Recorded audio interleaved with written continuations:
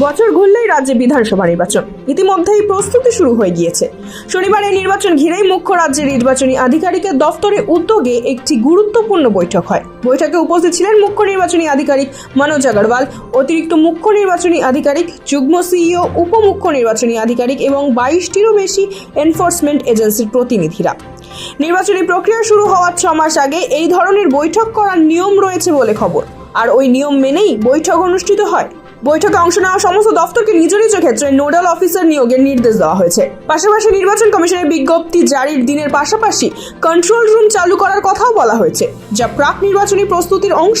রাজ্যের মুখ্য নির্বাচনী আধিকারিক বৈঠকে কিভাবে কাজ করতে হবে সে ব্যাপারে স্পষ্ট নির্দেশিকা দেন। তিনি সব দপ্তরকে একসঙ্গে কাজ করার এবং নিজেদের মধ্যে নিয়মিত তথ্য আদান প্রদান করার কথা বলেন।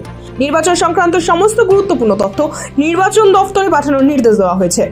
জানানো হয়েছে, নির্বাচনের বিজ্ঞপ্তি জারির পর রাজ্যের সমস্ত নাকা পয়েন্টে সিসিটিভি ক্যামেরা বসানো হবে এবং সেগুলি লাইভ সম্প্রচার হবে। পাশাপাশি ফ্লাইং স্কোয়াডের গাড়িতেও জিপিএস সহ ক্যামেরা বসানো হবে এবং সেগুলি নজরদারির আওতায় থাকবে। সব দপ্তরকে তাদের কাজের কাঠামো বা দায়িত্ব বণ্টনের তালিকা নির্বাচন দপ্তরের সঙ্গে ভাগ করে নিতে বলা হয়েছে।